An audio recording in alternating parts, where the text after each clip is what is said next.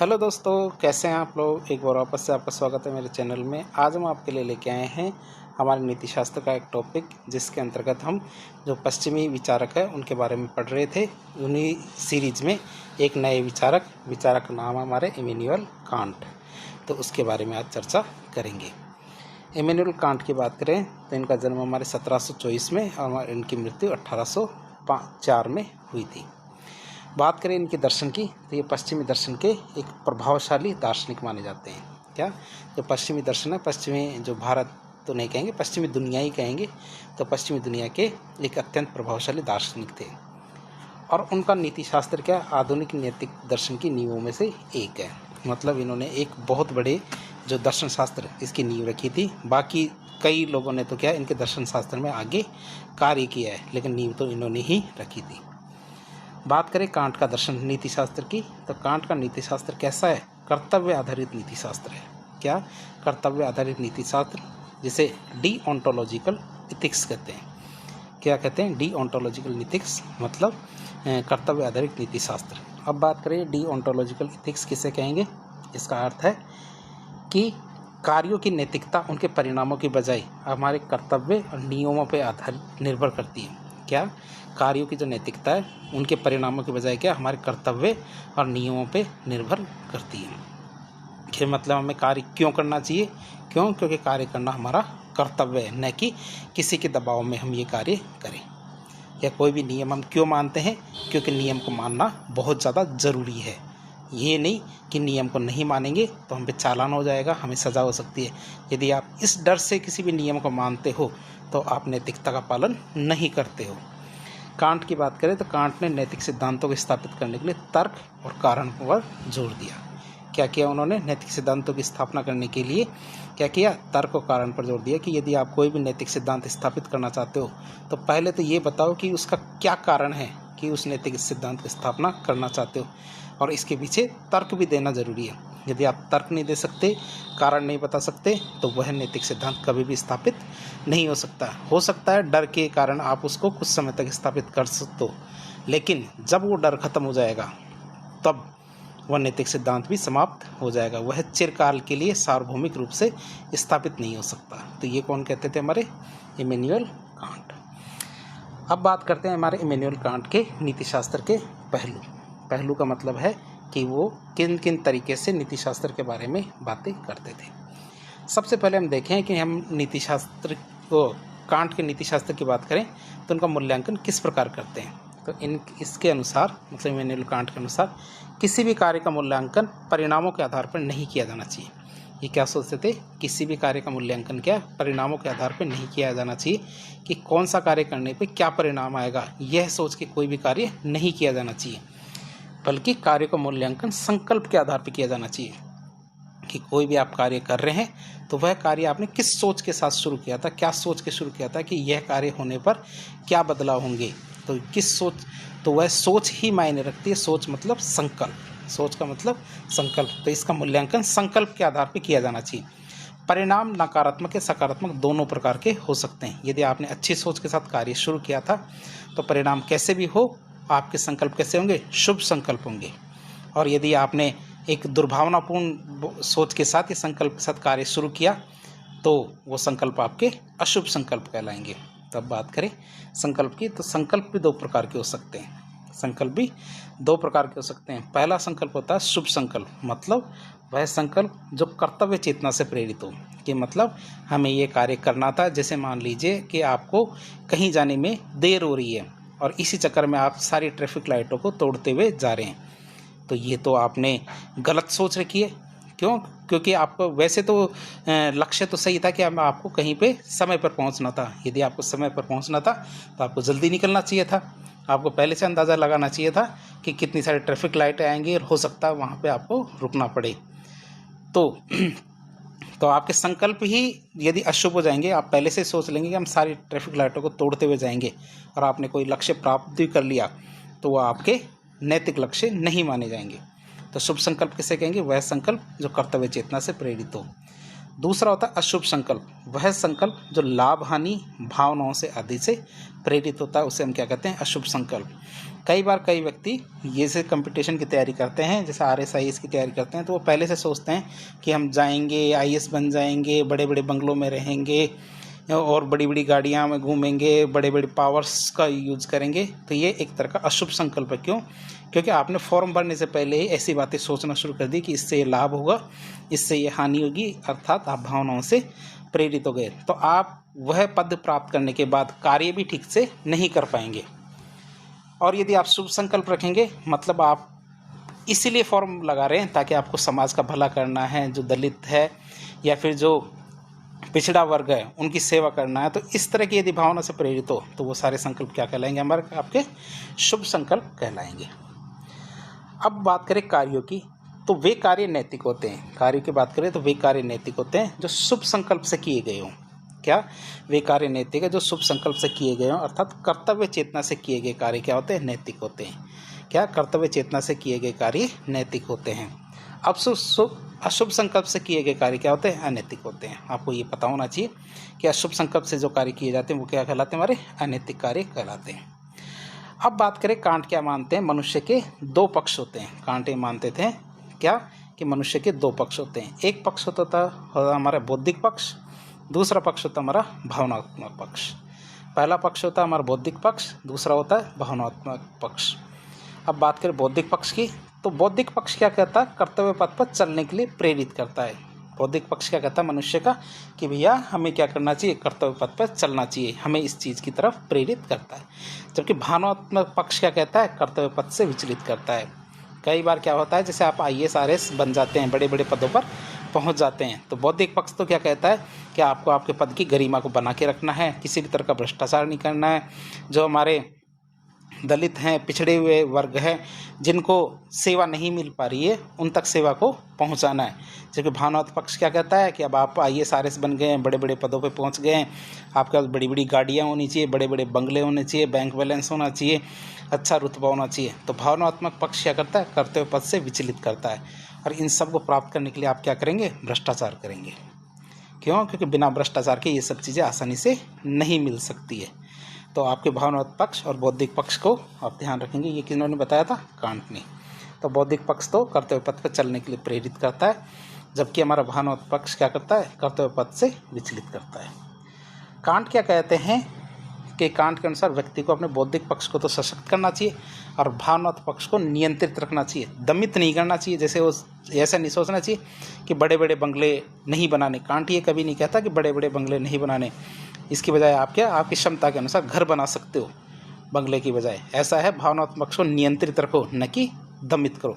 ऐसा नहीं है कि आप यदि बड़े बड़े पदों पे पहुंच गए और आप कहाँ रह रहे हो, छोटी छोटी कुटिया में रह रहे हो, ऐसा भी नहीं है। कांट ऐसा भी नहीं कहता था।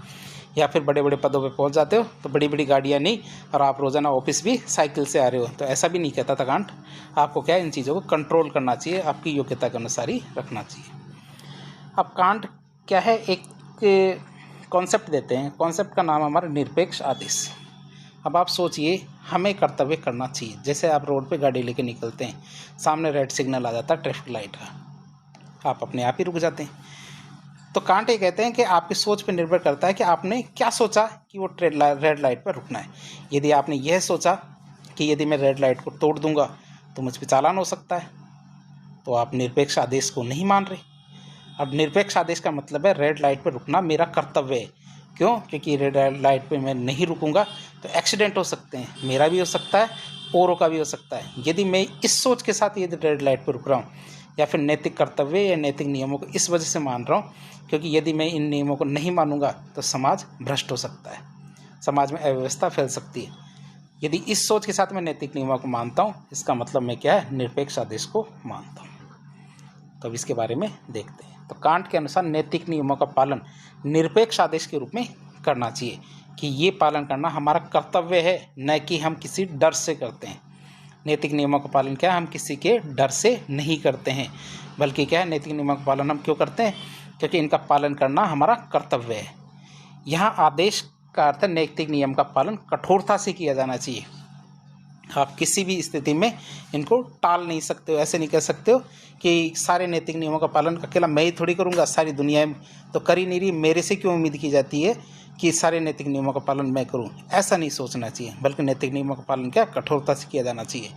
यदि सभी ऐसे सोचेंगे तो समाज में कभी भी व्यवस्था नहीं बन पाएगी।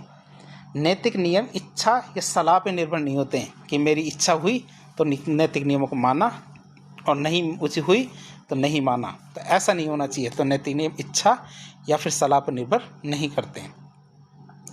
फिर बात करें नैतिक नियम की, तो नैतिक नियम क्या होते हैं, सार्वभौमिक होते हैं। ऐसा नहीं है केवल आप पर ही लागू होते हैं, नैतिक नियम सभी पे लागू होते हैं, समान रूप से लागू होते हैं और हमेशा लागू होते हैं।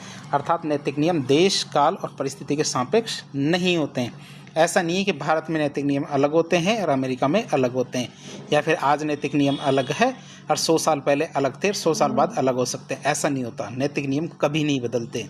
नैतिक नियम कभी भी या तो देश काल से या फिर देश काल या परिस्थिति तीनों से नहीं बदलते हैं, मतलब इनके सापेक्ष नहीं होते हैं। ऐसा नहीं है कि पहले के टाइम पे कुछ और नैतिक नियम होते थे और आज के टाइम पे कुछ और होते हैं। अगर ऐसा है तो उन्हें सार्वभौमिक नियम नहीं कहते हैं। तो वो नियम कभी भी सार्वभौमिक नहीं हो सकते जो बदल जाते हैं। मौसम की तरह तुम कहीं बदल तो नहीं जाओगे, तो बदलना नहीं है, नहीं बदलेंगे तभी वो सार्वभौमिक नियम कहलाएंगे। नैतिकता के सूत्र की बात करें तो नैतिकता का सूत्र या नियम, नैतिक नियम बनाते समय हमें कुछ बातों का ध्यान रखना चाहिए। क्यों? क्योंकि जब वो बार बार निरपेक्ष आदेश की बात कर रहे थे हमारे जो कांट साहब है, तो किसी व्यक्ति ने उनसे पूछा कि आप ये तो बार बार कह रहे हो कि एक नियम कैसे होने चाहिए, देश काल परिस्थिति के सापेक्ष नहीं होने चाहिए। तो उन्होंने कहा कि ऐसा तो हमें आज तक देखा ही नहीं कोई नियम जो क्या है देश काल परिस्थिति के सापेक्ष ना हो। यदि आप में हिम्मत है तो आप बना के बताओ कोई ऐसा नियम जो क्या है देश काल परिस्थिति के सापेक्ष ना हो।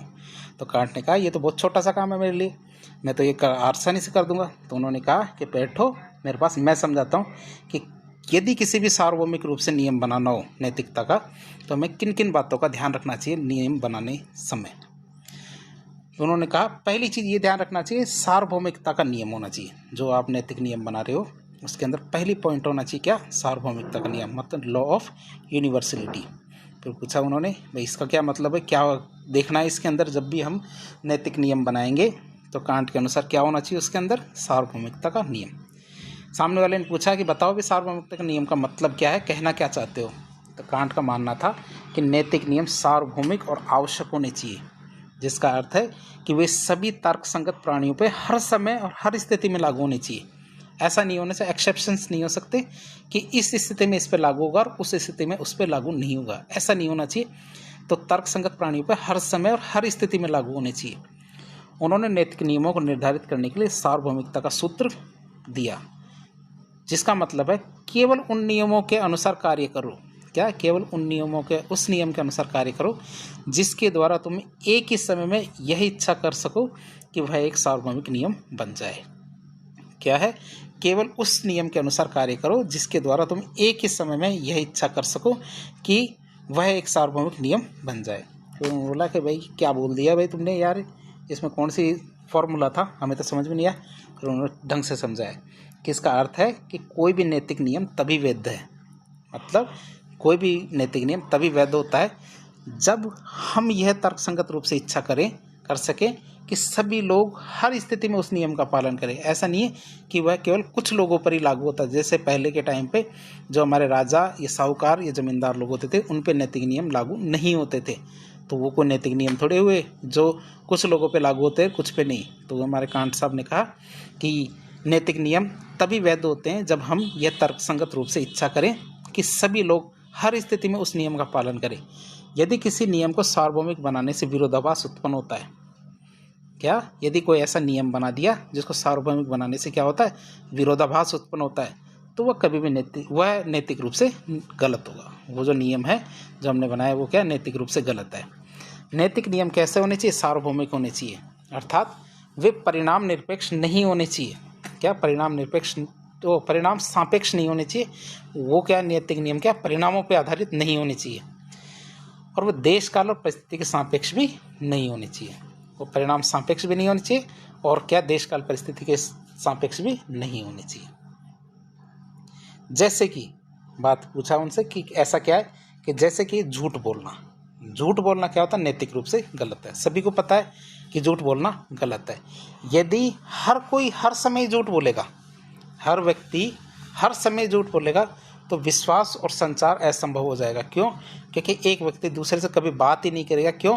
क्योंकि उससे पता है कि वो मुझसे कहेगा वो भी झूठ बोल होगा, और मैं उससे कहूँगा तो वो भी झूठ होगा, तो लोग आपस में बात करना ही बंद कर देंगे, और एक दूसरे पे जो विश्वास होता है वो विश्वास करना भी बंद कर देंगे, जिससे झूठ का उद्देश्य ही विफल हो जाएगा। एक टाइम पे क्या है, जो झूठ की आज इम्पोर्टेंस है, वो एक समय ऐसा आएगा कि झूठ की इम्पोर्टेंस ही खत्म हो जाएगी। क्यों? क्योंकि जब सभी लोग झूठ बोलेंगे तो सच की तो इम्पोर्टेंस हो सकती है फिर, लेकिन झूठ की इम्पोर्टेंस खत्म हो जाएगी। फिर उन्होंने कहा कि पहला नियम तो आपने बता दिया, दूसरा नियम कौन सा होना चाहिए नैतिक नियम बनाते समय? उन्होंने कहा मनुष्य को साध्य मानने का नियम। अब आप सोचेंगे कि क्या पंगा है इसमें, मनुष्य को क्या मान लिया गया है? मनुष्य को साध्य मान लिया गया है। अब आपको समझा दें कि मेन फंडा क्या है। जैसे हमारे एक तो जो भगवत गीता है और एक इमैनुअल कांट है, ठीक है। ये दोनों क्या चाहते थे? समाज के अंदर नैतिकता की स्थापना करना चाहते थे। ये दोनों क्या है, हमारे इमैनुअल कांट भी नैतिकता की स्थापना करना चाहते हैं, तो हमारी भगवत गीता भी समाज के अंदर नैतिकता की स्थापना करना चाहती है। अब इमैनुअल कांट क्या चाहते हैं कि ये समाज है, समाज के अंदर मनुष्य है, तो मनुष्य के अंदर नैतिकता की स्थापना हो। क्या? मनुष्य के अंदर नैतिकता की स्थापना हो। अब इसके लिए कोई भी साधन आप काम में लेते हो, क्या किसी भी तरह का कोई भी साधन आप काम में लेते हो, वो सब नैतिक है। क्या? वो सब नैतिक है। क्या? क्योंकि इमैनुअल कांट चाहते थे कि मनुष्य को साध्य माना जाए, कि मनुष्य ही नैतिकता का पुतला बने, न कि और कुछ। यदि मनुष्य को नैतिक बना दिया गया है तो सब काम सही है। लेकिन इमैनुअल को जो भगवत गीता थी वो मनुष्य को साध्य नहीं मानती थी, वो ईश्वर को साध्य मानती थी। और ईश्वर को साध्य मान के साधन किसको मानती थी? मनुष्य को। तो आप इसको ठीक से देख लेते हैं अब। और तो कांट ने नैतिक नियमों का एक और महत्वपूर्ण सूत्र प्रतिपादित किया, जिसे साध्य के रूप में मनुष्य का सूत्र या फिर formula of humanity as a end in self कहा गया। मतलब कि इस प्रकार से कार्य करो कि तुम मानवता को चाहे अपने व्यक्ति में या किसी अन्य व्यक्ति में, वे चाहे अपने व्यक्ति में या फिर किसी अन्य व्यक्ति में, हमेशा एक ही समय में एक साध्य के रूप में मानो, तभी केवल एक साधन के रूप में नहीं। क्या? कि मनुष्य को साधन नहीं मानना चाहिए, मनुष्य को क्या मानना चाहिए? साध्य मानना चाहिए। क्योंकि नैतिकता किसके लिए बनाई जा रही है? मनुष्य के लिए बनाई जा रही है। आपको ये दो शब्द तो पता ही, समझ में आते होंगे, साधन और साध्य किसे कहते हैं। एक तो साधन होता है, एक साध्य होता है। साध्य वो होता है वो परम लक्ष्य जिसको आप प्राप्त करना चाहते हो, उसे साध्य कहते हैं। और साधन किसे कहते हैं? उस परम लक्ष्य को प्राप्त करने के लिए जिन जिन साधनों का आप उपयोग करते हो वो आपके साधन कहलाते हैं। तो ये हमारे इमैनुअल कांट कहते हैं। अब बात करें, इसका अर्थ है कि हमें सब कभी भी दूसरों को केवल अपने उद्देश्य को प्राप्त करने के लिए उपकरण के रूप में इस्तेमाल नहीं करना चाहिए। अब तो आप समझ ही गए होंगे कि दूसरों का उपयोग आप किस रूप में कर रहे हो? अपने साधन को, अपने साध्य की प्राप्ति करने के लिए। क्यों? क्योंकि आपने दूसरे व्यक्ति को किस तरह काम में ले लिया? साधन के रूप में। आपके उद्देश्य तो पूरे हो रहे हैं, लेकिन आपने आपके खुद के उद्देश्य को पूरा करने के लिए दूसरे व्यक्ति को क्या किया है? साधन के रूप में काम में लेने की कोशिश की है। तो ये गलत है। इसका अर्थ है कि हमें कभी भी दूसरों को केवल अपने उद्देश्य को प्राप्त करने के लिए एक उपकरण के रूप में इस्तेमाल नहीं करना चाहिए। हमें हमेशा उनकी तर्कसंगतता और स्वायत्तता का सम्मान करना चाहिए। ये मानना चाहिए कि वो भी व्यक्ति हैं और उनके भी साध्य हो सकते हैं, वो साधन के रूप में काम में नहीं आएंगे। उन्हें अपने काम आप में एक साध्य माना जाना चाहिए, न कि साधन। कांट के अनुसार सभी प्राणियों में मनुष्य श्रेष्ठ होता है। कांट ये मानते हैं कि सभी प्राणियों में मनुष्य श्रेष्ठ है। मनुष्यता मनुष्य को श्रेष्ठ मानती है। क्यों? क्योंकि सभी जीवों में मनुष्य के अंदर ही क्या होती है? मनुष्यता होती है। इसलिए मनुष्यता का सम्मान किया जाना चाहिए।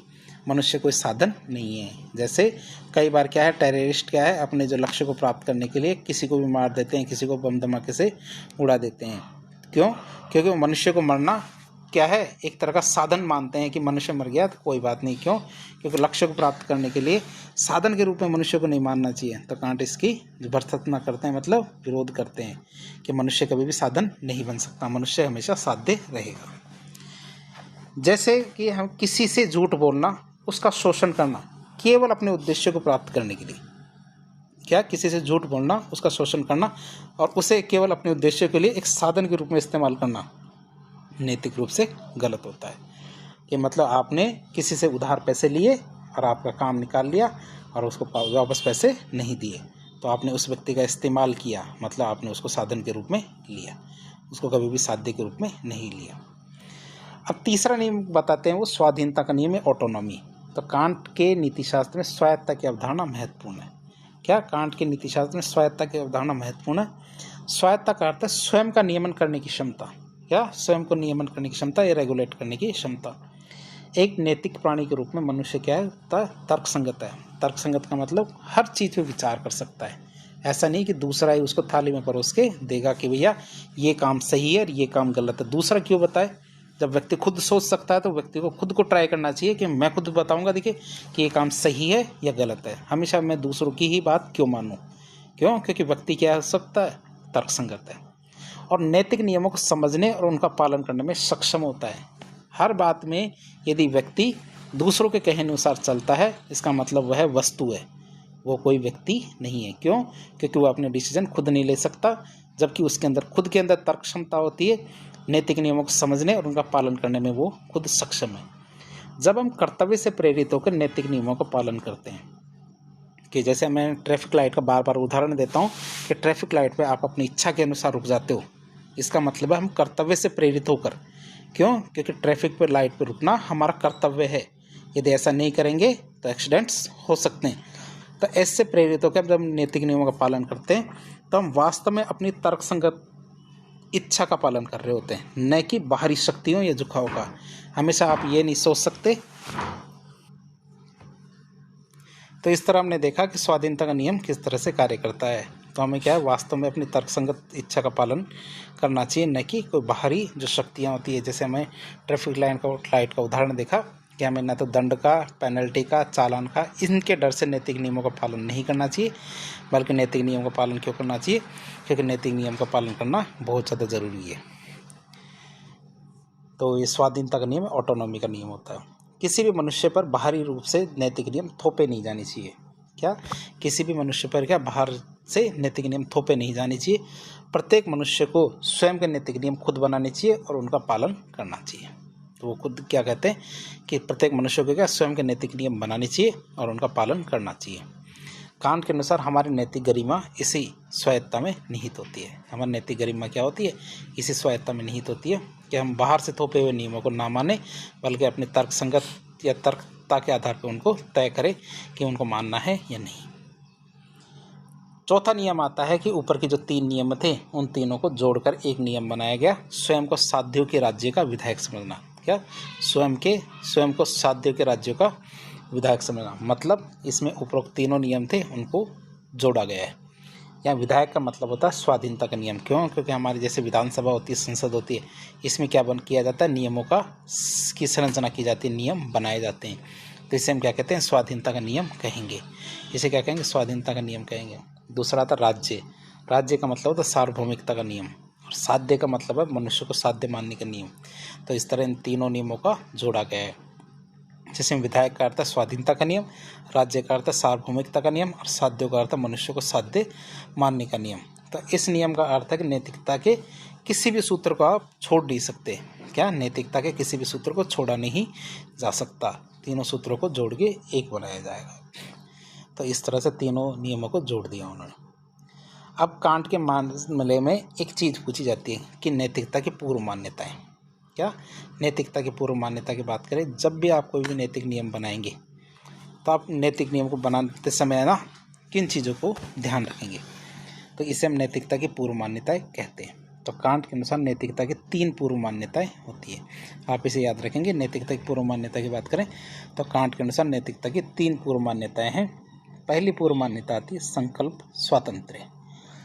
इस चीज़ के बारे में आपने पहले भी पढ़ रखा। संकल्प स्वातंत्र्य मतलब प्रत्येक कार्य के लिए आप खुद जिम्मेदार हो। आप किसी भी मामले में यह नहीं कह सकते इस कार्य के लिए मैं जिम्मेदार नहीं हूँ। जो भी कार्य आपने किया है, आप प्रत्येक कार्य को करने के लिए खुद जिम्मेदार होंगे। ये नहीं कह सकते कि ये तो मेरे भाग्य में था, ये मेरे नसीब में था, ये मुझसे ये हो गया, ये नसीब। तो नसीब वाली चीज़, ये भाग्यवाद, इसको नकारती है। ये संकल्प स्वातंत्र क्या होता है? भाग्यवाद या नीतिवाद होता है, इसको नकारता है। तो इसके अनुसार प्रत्येक व्यक्ति अपने संकल्प लेने के लिए स्वतंत्र है।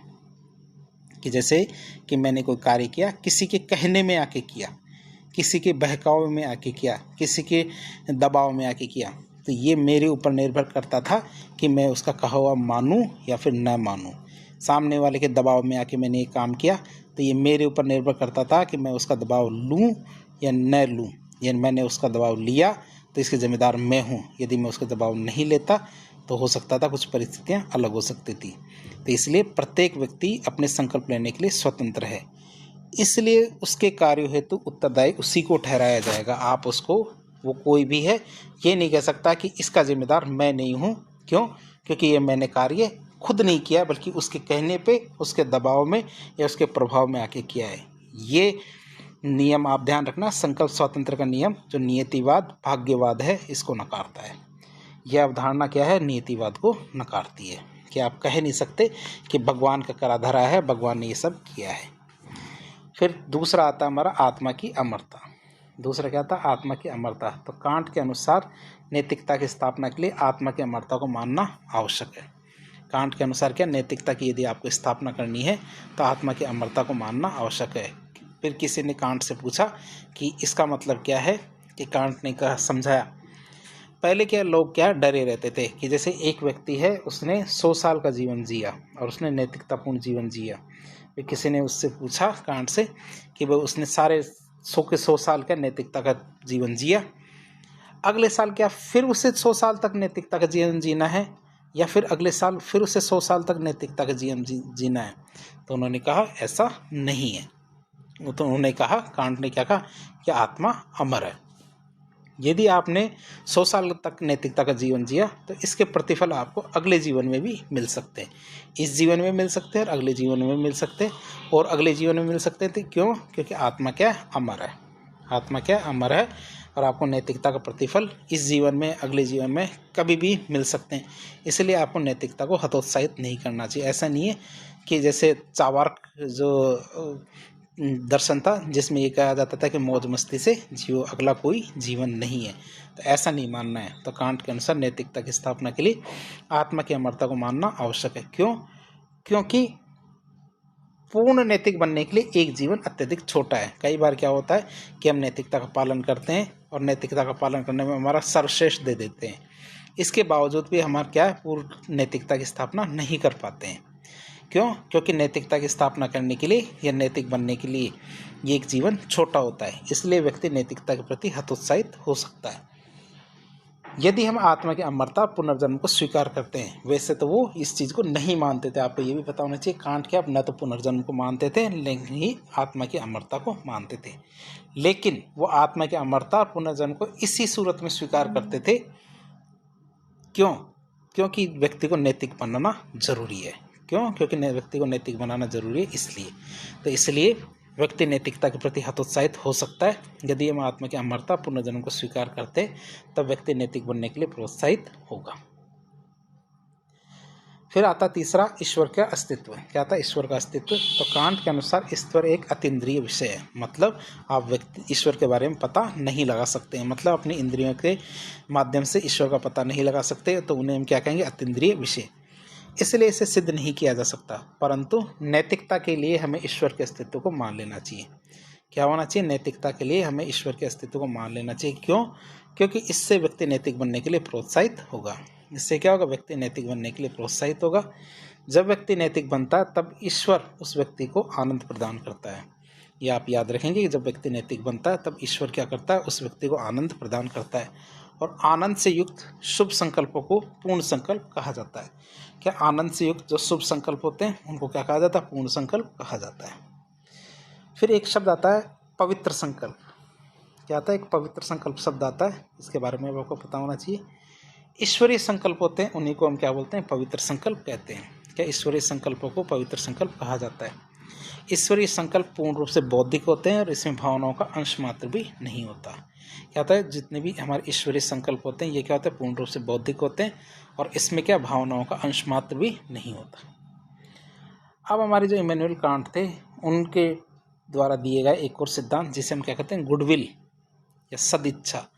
तो कांट के अनुसार दुनिया में एकमात्र चीज जो बिना किसी सीमा के अच्छी कही जा सकती है वह है सदिच्छा।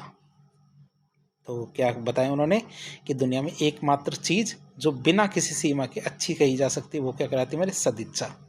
तो बुद्धि, प्रतिभा, धन, शक्ति आदि अपने आप में अच्छे नहीं होते। क्या होते हैं, यदि जैसे कहते हैं ना कि इसकी बुद्धि अच्छी है, प्रतिभा, धन, शक्ति, ये सब क्या अपने आप में अच्छे नहीं हो सकते, वे बुरे उद्देश्य के लिए भी इस्तेमाल किए जा सकते हैं। क्यों? क्योंकि वो क्या हमारे बुरे उद्देश्य के लिए भी इस्तेमाल किए जा सकते हैं। सदिच्छा वह इच्छा है जो कर्तव्य के प्रति सम्मान को प्रेरित करती है। क्या? सदिच्छा वह इच्छा है जो कर्तव्य के प्रति सम्मान से प्रेरित होती है। कर्तव्य के प्रति क्या सम्मान से प्रेरित होती है, न कि किसी विशेष परिणाम या झुकाव से। क्या? किसी विशेष परिणाम या झुकाव से प्रेरित नहीं होती है। एक व्यक्ति सदिच्छा से कार्य करता है जब वह जानता है कि वह कुछ करना उसका कर्तव्य है और वह उस कर्तव्य को केवल इसलिए करता है क्योंकि वह उस करना उसका कर्तव्य है, तो वह सदिच्छा कहलाएगी। फिर आता कर्तव्य या ड्यूटी। तो कांट के नीतिशास्त्र में कर्तव्य एक केंद्रीय अवधारणा थी, मतलब उनकी सारी बातें या सारे सिद्धांत उनके कर्तव्य के इर्द गिर्द ही घूमते थे। तो कांट के नीतिशास्त्र में कर्तव्य क्या एक केंद्रीय अवधारणा है। कर्तव्य नैतिक नियम के प्रति सम्मान से उत्पन्न होने वाली एक आवश्यकता है। कर्तव्य क्या होते हैं? नैतिक नियम के प्रति सम्मान से उत्पन्न होने वाली एक आवश्यकता है। हम अपने झुकावों, इच्छाओं और परिणामों की परवाह किए बिना, हम क्या है अपने झुकावों, इच्छाओं और परिणामों की परवाह किए बिना केवल इसलिए कुछ करने के लिए बाध्य हैं। क्यों? क्योंकि यह नैतिक नियम द्वारा निर्धारित है। आप इसे याद रखेंगे कि हम अपनी इच्छाओं, झुकावों और परिणामों की परवाह किए बिना केवल कुछ करने के लिए बाध्य हैं। क्यों? क्योंकि यह सब क्या है नैतिक नियम के द्वारा निर्धारित किया गया है। अब कांट की बात करते हैं। इमैनुअल कांट कर्तव्य को 3 प्रकार से विभाजित करते हैं। इमैनुअल कांट क्या करते हैं? कर्तव्य को 3 प्रकार से विभाजित करते हैं। एक तो होता है कर्तव्य के अनुसार कर्तव्य, दूसरा होता है कर्तव्य से प्रेरित कर्तव्य और तीसरा होता है कर्तव्य के विरुद्ध कर्तव्य। आप इसे याद रखेंगे। कर्तव्य के अनुसार कर्तव्य की बात करें तो यह तब होता है जब हम बाहरी रूप से नैतिक नियम का पालन करते हैं। क्या करते हैं?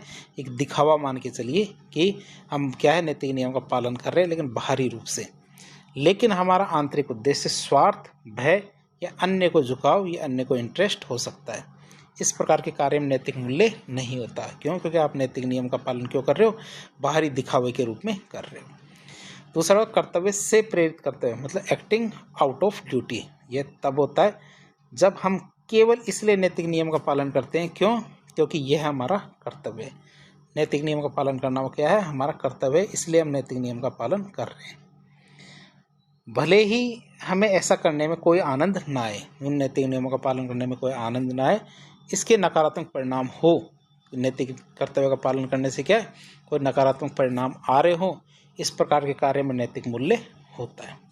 तीसरा होता है कर्तव्य के विरुद्ध कर्तव्य, मतलब एक्टिंग कॉन्ट्रेरी टू ड्यूटी, मतलब यह स्पष्ट रूप से नैतिक नियम का उल्लंघन करना होता है। यह क्या स्पष्ट रूप से नैतिक नियम का उल्लंघन करना होता है। फिर एक कॉन्सेप्ट आता है, परीक्षा में आ जाए आपसे के लिए, कर्तव्य के लिए कर्तव्य। तो इस कॉन्सेप्ट के बारे में बताइए।